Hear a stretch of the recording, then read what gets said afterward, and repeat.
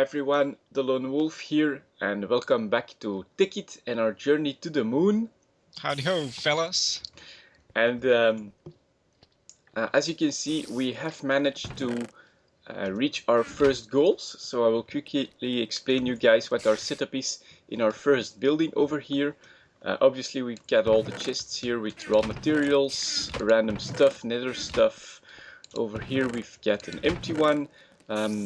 This is for ores and stuff, and here we have useful materials in there. So we have finally managed to build our redstone energy cell that is now slowly filling up with energy. It took us quite a bit of trial and error to get it to all function the way we want it, but basically we have our four Stirling engines here that currently work on charcoal. They provide energy into the battery or the energy cell, and then on this pipe you can use a wrench to change it from blue, which is incoming, to orange, which is outgoing. And then we've connected our machines here, such as the pulverizer, which is basically the same as a macerator. So you put raw ore in that, and then you get two dust, which then turn into two bars, and a small chance for something extra. Here we have the induction smelter. This is basically used to produce some stuff, so it has some receipts, and as you can see, you can either make nether bricks, hardened glass, and a lot of other stuff from that as well. So yeah, especially, whoa, I see a lot of ingots, which you'll need for more of this for more of these machines. Next up, we have a powered furnace. Obviously, once you have some energy, it's a good idea to stop using charcoal for the furnaces and switch to a powered one. And over here we have the magma crucible, which first we use to crush the redstone to create liquid destabilized redstone, and over here the liquid transposer, so you can move it, for instance, in the battery frame. Now we did finally figure it out how to do it without pipes, but you do need to put them right next to each other. And if I then go to configuration, as you can see here on the left, now there's an orange exit. So whatever is being produced in the magma crucible is going to be transported this way into a blue one on the right side here. That's a receiving or an incoming phase. And so that will be moved into the transposer, and then you can put it in whatever it is you need. And once again, you have some receipts here in order to produce. Let's see, you can put stuff into bottles, but also partially filled oil canister. I think you'll need stuff like that for the spaceship as well. And here is finally the battery, the redstone energy conduits. You also have an unattuned tesseract, and my illuminator frames, which I'll need at some point, I think.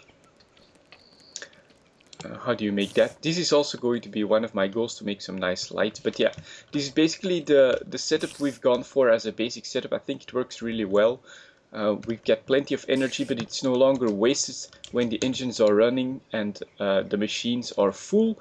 Now all the energy simply gets transferred into the redstone energy cell, so that's really pretty awesome. And after this, we're probably going to expand this outward over here with a second building, so that we can put more machines on this side of the building and replace the energy into the second building. But that's actually my brother's project, so why don't you quickly explain what you're going for there?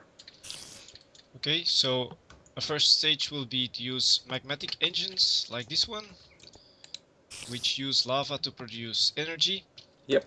And what I'm going to use as a source, rather than taking lava from a hole in the ground somewhere, it will be also using the magma crucible and the liquid transposer. With the magma crucible, you can apparently use netherrack to produce lava, which does not cost a lot of MJ. And then with the liquid transposer, you can put it in a bucket, which you can use to fill engines. Of course, with more engines, you will be able to use pipes to just feed them automatically. So that will be the plan. you're supposed to use up about 8,000 MJs for one lava bucket when you put netherrack in there, and you should get 18,000 MJ out of it, out of the lava bucket. So you can make a lot of extra power really quickly using lava. So that's the plan, and I'm gonna use a little building behind here to test that out with pipes and everything. Okay, and then we'll use that extra energy in order to fill some more redstone energy cells. And on my end, the idea is to use some filled up energy cells, because you can actually pick them up and then place them somewhere else to provide energy. And in my case, it's going to be for a quarry. So we'll see how a completely filled up energy cell holds up to power a quarry for a while. Unfortunately, I do still need quite a few diamonds for that, at least 11, so that's another 5 diamonds I need to find. So there is still some manual labor going on, but after that we are going to expand towards the desert, because I think it's a good place to test out stuff like rockets. And so the first stage next is going to be to have a building right here on the right side that will provide power. And die, spider.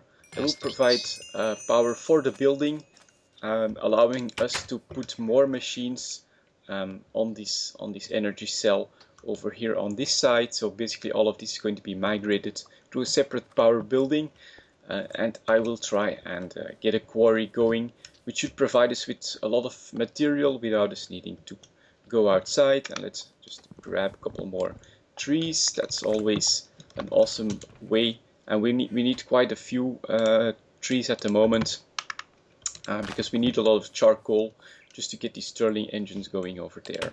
But yeah, there you go, guys. We did manage basically to get our first basic setup going. Everything is quite in order, and we are ready to start expanding and to slowly start working towards going to the moon. Anyways, that's it for this episode, guys. We'll see you all next time. Bye.